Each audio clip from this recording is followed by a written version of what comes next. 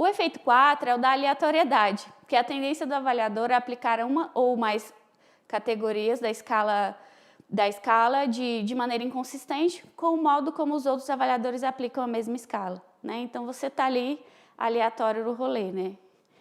Nesse sentido. Então, duas formas de confiabilidade normalmente são consideradas em avaliações, que é interavaliador, né?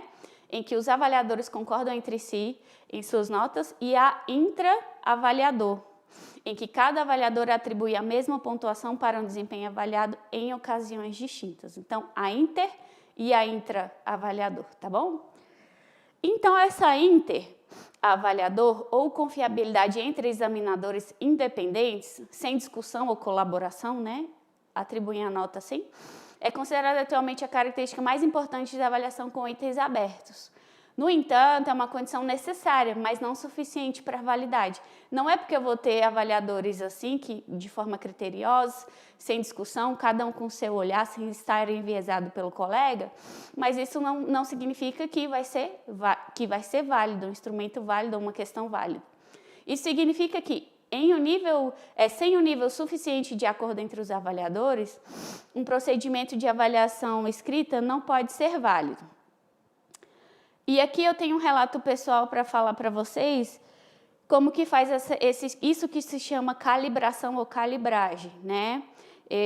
Uma experiência que eu tive em Cuba, no programa Mais Médicos, por exemplo, a gente sentava, os alunos entregavam as atividades, as provas, né, escritas, geralmente parágrafos, redações, e a gente sentava, né, nos reuníamos todos os professores para fazer essa calibração ou calibragem. De que forma eu posso pesar minha mão para mais ou para menos do que todo mundo entrar em acordo para poder corrigir as atividades. Isso se chama calibração ou calibragem, tá? Então, para garantir melhores índices de confiabilidade, geralmente são utilizados critérios de pontuação na forma de rubricas. Olha quem está aí de novo, né? Fala de justiça, fala de critérios, a gente tem rubricas. Elas são esquemas descritivos, né? A gente já viu, só retomando. Com a finalidade de detalhar como a pontuação deve ser atribuída, orientando as análises dos produtos ou processos elaborados pelos participantes da avaliação, né? Assim, as rubricas são utilizadas para diminuir a subjetividade na atribuição de notas e guiar os avaliadores para que alcancem uma pontuação confiável no julgamento de uma habilidade, proporcionando resultados melhores, o que é desejado para os avaliadores e para os participantes, independentemente de a correção ocorrer em ambiente escolar ou em larga escala. E aí, nesse texto de Toffoli, eu acho muito questão que traz a questão da justiça, que a rubrica ajuda num processo avaliativo mais justo, e elaborar critérios, objetivos claros ajuda na questão de uma avaliação justa. Então, ela traz essa questão bem clara, né? Em seu artigo. Fala que uma avaliação de qualidade, ela deve permitir aos participantes condições de respostas que assegurem inferências corretas sobre o seu desempenho em relação ao construto medido. Então, as questões sobre justiça, elas estão relacionadas com a equidade, e vejam que não é a palavra igualdade, é a palavra equidade, né, da avaliação, ou a possibilidade de garantir aos participantes oportunidades iguais. Para isso, os instrumentos devem ser apropriados para os vários grupos que serão testados. A diferença, né, se você que está aí não sabe, só para deixar mais claro, a diferença de igualdade para equidade. Igualdade é tratar todos de maneira igual, mas a gente tem pessoas que têm, né, e geralmente nos exigem um tratamento diferenciado. Então, para isso se chama equidade, que é tratar os desiguais de forma desigual, né? E não falo somente com pessoas com deficiência, né, ou neurodivergentes. Falo também, os neurodivergentes também pessoas com altas habilidades, né, os alunos chamados superdotados também. A gente precisa ter um olhar para isso, um olhar de equidade, né?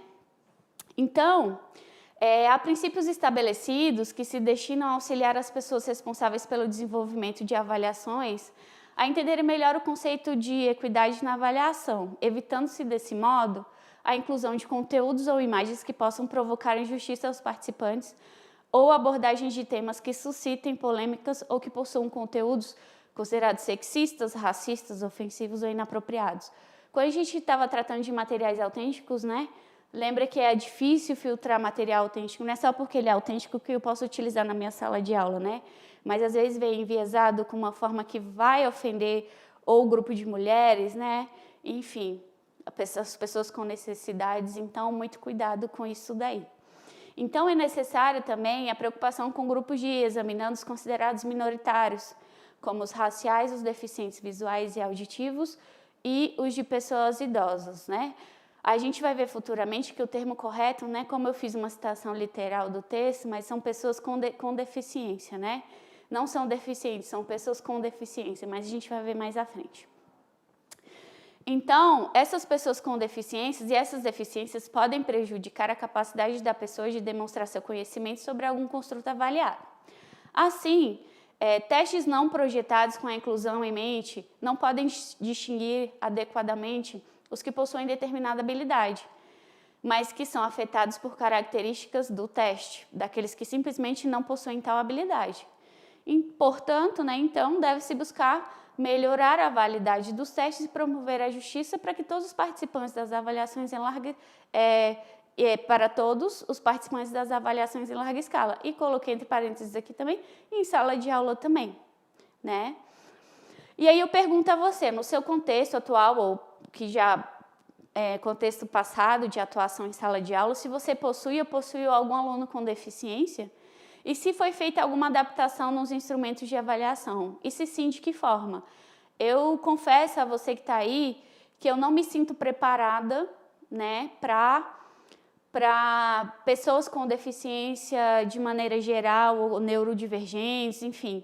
Eu não me considero capacitada, mas se você também não se considera, se surgir, né, o ideal seria que fôssemos, né, mas como não somos de maneira geral, claro, procure ajuda na coordenação pedagógica da sua instituição, como abordar, né, com aquele aluno, como adaptar os instrumentos de avaliação.